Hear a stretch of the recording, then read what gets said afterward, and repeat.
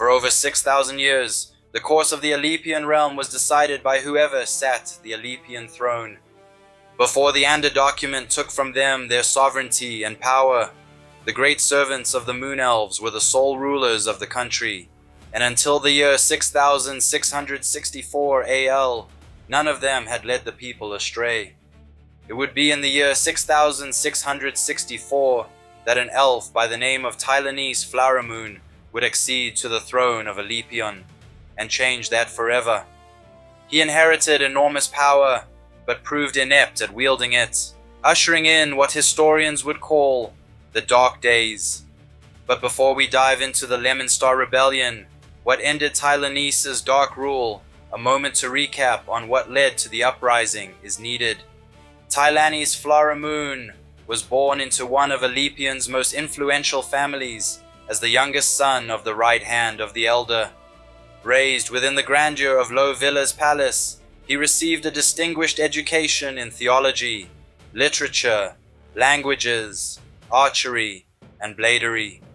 Yet despite his privileged upbringing, Tylanese often felt overshadowed by the immense presence of the elder and by the accomplishments of his older brothers. Later in life, he would describe court as a place of magnificence without freedom, where every action was measured against the expectations and schedules of the ruling tree of Skysinger. As a young elf, Tylanese struggled to find his place among the other children. While his brothers formed close friendships and romances, he was often regarded as the forgotten son. Only Sulia Eternal Skysinger, the crowned daughter of Alepion, came to see beyond his quiet nature. What began as compassion slowly grew into love, laying the foundation for one of the realm's most consequential and unfortunate unions. Determined to earn his father's respect, Tylanese eventually entered military service and fought during the Moon and Sun Alliance against invading strangers of the Stranger World. The horrors of war would transform him. He witnessed the deaths of both of his brothers. He suffered devastating wounds, including an arrow through his throat that permanently damaged his voice. He returned home physically scarred and emotionally broken. Throughout his recovery, Sulia remained faithfully at his side, and the two were eventually united, making him the heir to the Alepion throne. Their union, however, was far from peaceful. Tylanese's resentment toward the highborn family, particularly Sulia's mother, Lady Elwyn Skysinger, whom he felt looked down on him, deemed him unworthy of her daughter and the throne he was set to inherit, deepened over perceived insults. Although he fulfilled his duties as crowned son of Alepion, his bitterness steadily grew as he believed others were continually trusted above him. But eventually, he and Sulia withdrew from court to govern the estate of Raven on the Singing Isle, where, away from palace politics, their union is said to have briefly flourished. Yet even there, Tylanese carried the weight of old grievances that neither time nor love could fully heal. Then everything changed upon the death of Sulia's mother. Tylanese ascended the throne as elder of Alepion and great servant of the Moon Elves. Almost immediately, he declared war against the Sand Elves of Aminius Glare, driven by years of resentment stemming from his experiences during the Alliance. Wishing to redeem his perceived failure as a military elf, he wished to prove his abilities. He assembled the largest army in Moon Elf history and imposed heavy taxes to finance his new campaign. He hired foreign elven mercenaries from the conquered lands, companies of Alec elves who had always had their eye on Alepion. His increasingly harsh policies toward non-Moon Elf citizens sparked unrest and minor protests. But the situation in Alepion truly changed when disaster struck. The mercenary armies suddenly betrayed him, abandoning the Aminius Glare campaign to invade Alepion itself.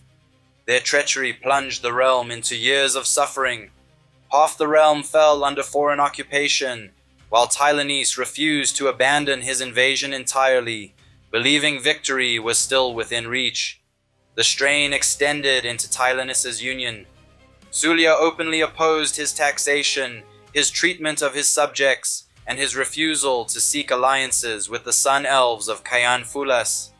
Eventually, Tylanese was forced to come home.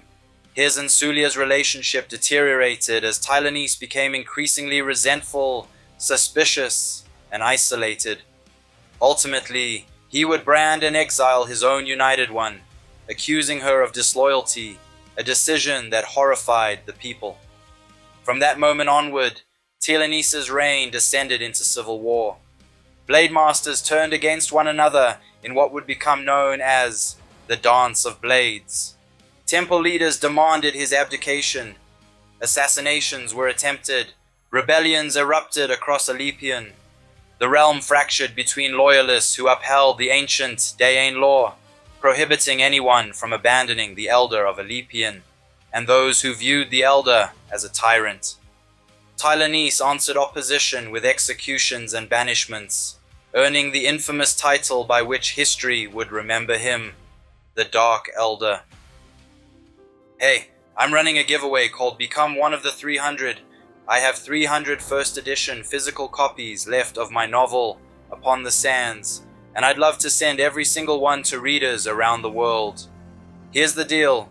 The first 300 people to get my audiobook, The Little Fairleaf, will receive a signed physical copy of Upon the Sands absolutely free, including worldwide shipping. No hidden costs. Just my way of saying thank you for your support. To become one of the 300, click the link below. Get the Little Fairleaf audiobook. Come back here and in the comments say, I am one of the 300. That's it. Once you've commented, I'll arrange to send your signed copy of Upon the Sands. Now, let's get back to the lore. In theory, the Lemon Star Rebellion began with the death of Higher Elvantis of Hollow Dens. Following the Dance of the Blades, Higher Elvantis Sunwrath of Hollow Dens took it upon himself to dethrone Tylanese. He wrote to the realm, The third sign has gone, and so should the Elder be put away, for I desire the Whispers to return to these lands.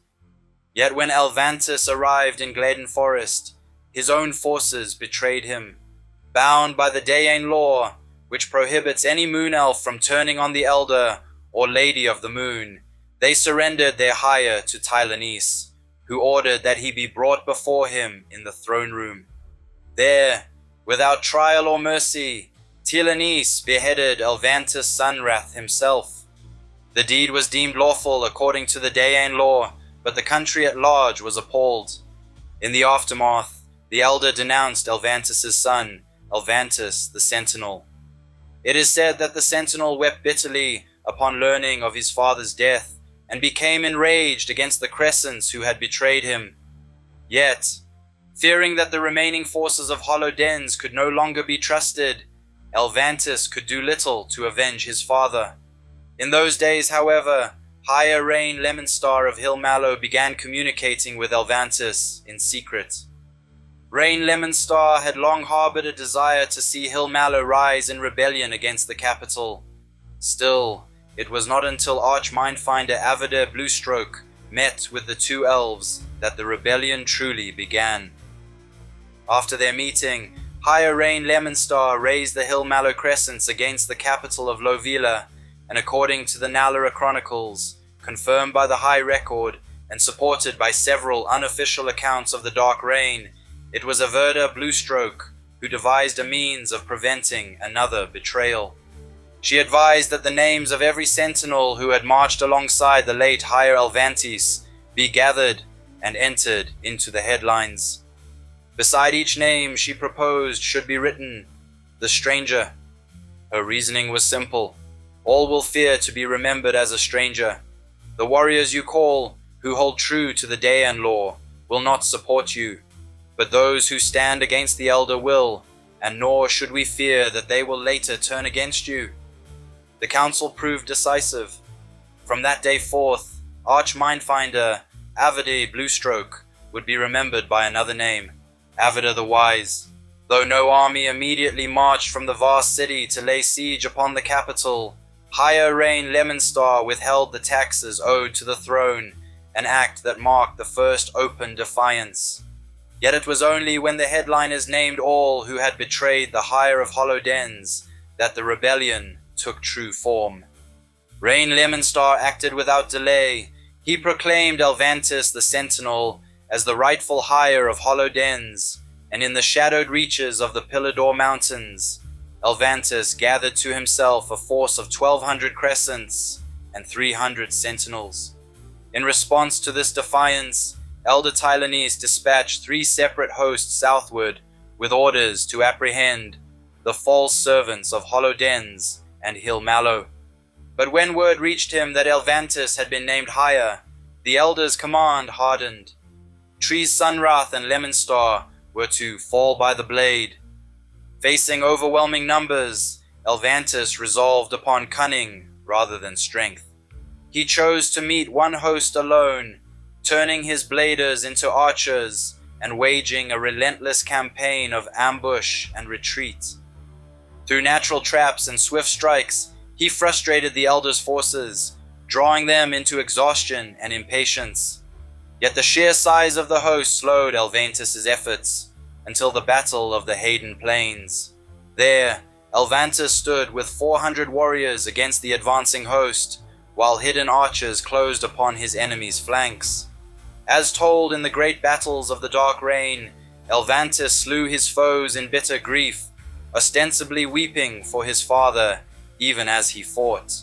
From that day, the small folk named him Elvantis, the Weeping Sentinel. This host of the elders was fractured by the time the Lemonstar forces arrived, and so they dealt swift and fierce death to them, giving rise to the song, The Strength of Lemonstar, a tune that would echo far beyond the war itself, immortalizing the destruction of the elders' host. From the north, making their way south, were the other hosts of the elder. The weeping battle took place 3 days later. There, Elvantis met his end. Thus fell Elvantis the Weeping Sentinel. Rain Lemonstar combined his strength with that of Elvantis and won a decisive victory 4 days later, named the Lemonstar Revenge. Within Asher Rise, war ignited in full. In the trails, Deacon Lardian Seven Stars gathered the full crescent host of Higher Heart and encamped along the Pale Road, declaring, "None in my lands of the trails will cross the Orless River and hinder the mighty Lemonstars." At this moment, as Arch-Mindfinder Absidon Singwaters would later write, the realm waited to see the outcome of the Lemonstar Rebellion. Seeking aid before he marched on the capital, Rain sent word to Elder Nathan Tarvash of the Singing Isles, requesting support against Low Villa. The reply was refusal. "Maneth will always be loyal to the great servants. May Adonai thwart you." Yet elsewhere fortune shifted. In Flingwood Forest, Deacon Eridor Witherleaf was overthrown by throne loyalists, but escaped with 350 sentinels, later joining Rain at the edge of Gladen Forest. Golden Pine remained loyal to Lumendare and the throne, and sent its crescents to protect the capital. A force sent by Deacon Lardian ravaged Golden Pine in response. When word came that the city of Highhold had released its remaining crescents to oppose Deacon Lardian's Seven Stars, Rain and Eridor struck swiftly, turning their focus upon Low Villa, trusting in justice to carry them to victory. Thus came the battles of Gladen, followed by the eyeless battle of Eridor, and then the storming of Low Villa. Smuggled into the city by the small folk, Rain Lemonstar and his warriors gained entry into Low Villa. Rain ran forth toward the Wonder, and did not return until day's end, where his most famous crucial mistake was made, declaring himself a Blade Master. On the following day, during the storming of the Wonder, Rain fell while leading his warriors. His son Desmano claimed 6 arrows struck his father, though later examination revealed only 2 had pierced his armor. It is believed he bled to death. Many would later claim that Rain's declaration of himself as Blade Master caused Adonai to lift his hand from him in battle. During the same assault that had cost Rain his life, Elder Tylanese Flaramoon had led his crescents personally, said to have slain many of Rain's crescents with the long blade. voice. Among the rebels, fear spread, for many believed no mortal could stand against an elder of Alepion chosen by Adonai. The rebels suffered heavy losses, but hope returned with the arrival of son of Alepion Ulentian, brother to the exiled Lady of the Moon, Sulia Lo Villa Flaramoon, who arrived with 500 sunblades of Kayan Fulas. Ulantian had been fostered by his great father, Asheral Evening, the father of the sun. But when word of his sister's exile reached him, Ulantian had begun preparations to invade his sister's realm. The Lemon Star Rebellion had failed, it seemed, but with the arrival of Ulantian, it had been revived.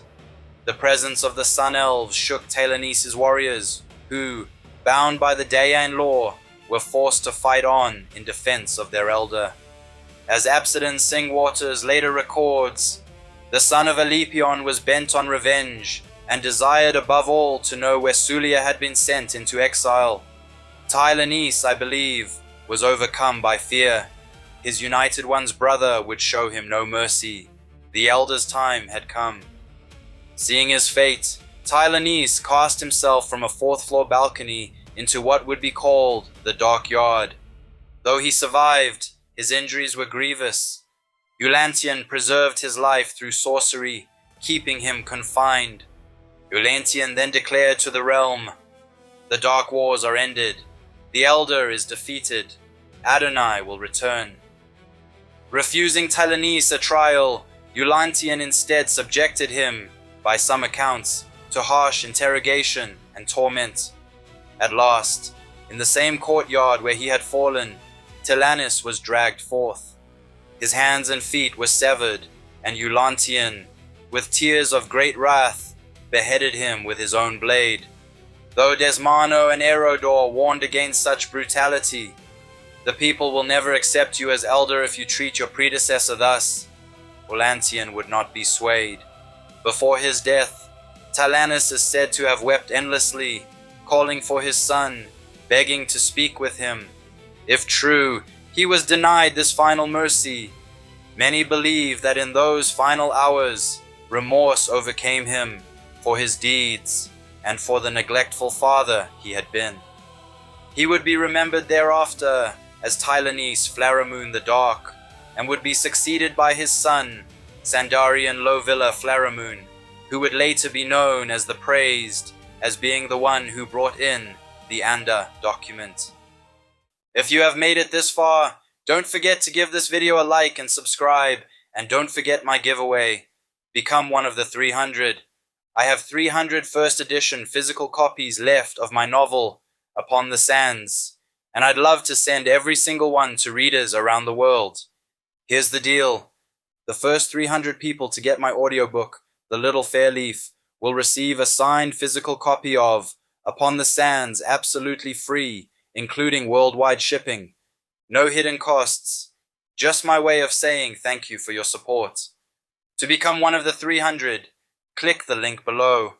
Get the Little Fairleaf audiobook. Come back here and in the comments say, "I am one of the 300. That's it. Once you've commented, I'll arrange to send your signed copy of Upon the Sands. Thanks for watching, and I will see you in the next one.